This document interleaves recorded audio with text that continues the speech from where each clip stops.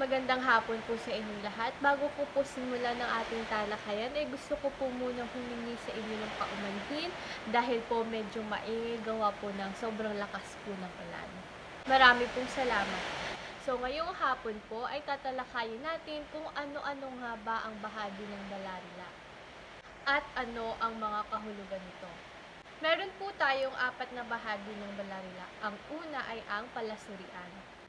Ang palasurian po ay sumusuri ng mga salita at iba pang mga pangungusap at naglalahad ng mga tuntunin sa pagkilala, pagbuo at pag-uuri-uri ng mga tinurang salita at panangkap ay tinatawag nating palasurian. Kung baga, ang palasurian po ay magkaparehas ng kahulugan pero magkaiba po ng pagbabaybay.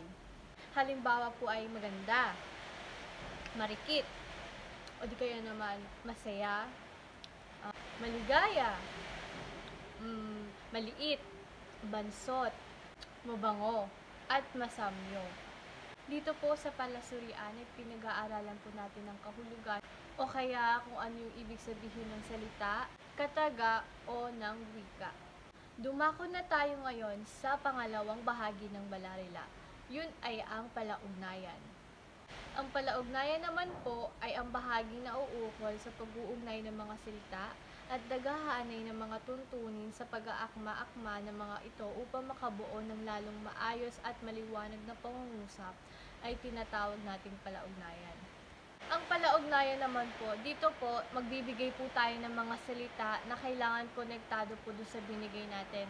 Para po makabuo po tayo ng magandang pangungusap, kailangan po yung bawat salita po na binigay nyo ay magkakaugnay-ugnay po sa bawat isa. Halimbawa na lang po ay magbibigay po ako sa inyo ng word at gagawin ko po yung pangungusap. Kailangan po ay konektado po yun.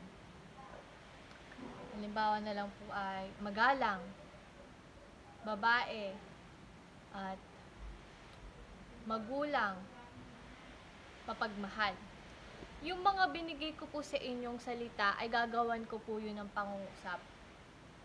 Magalang na babae at mapagmahal pa sa magulang. So, kailangan po nating i-connect po yung mga salita po na ginawa po natin para mas maging maganda po yung kalalabasan ng pangungusap. Ngayon po ay dumako na po tayo sa pangatlong bahagi ng balarila at yun ay ang palabigkasan.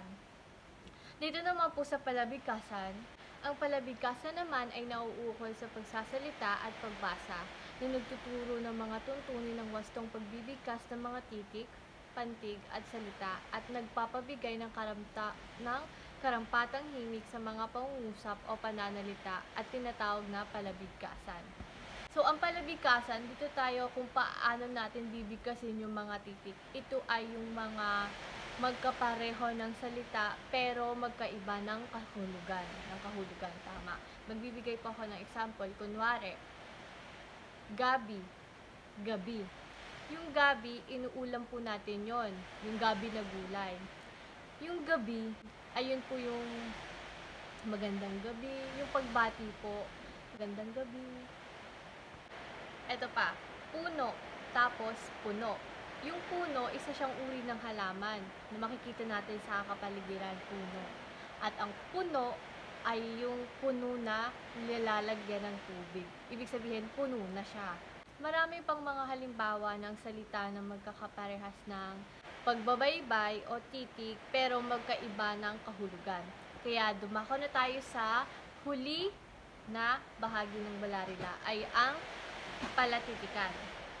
Ang palatitikan naman po ay tumutukoy sa pagsulat na nagpapakilala ng mga tuntunin ng kung paano isusulat ng akma o ayon ng mga titik, pantig, salita, pangungusap, at salaysay sa mga hingi ng palabigkasan.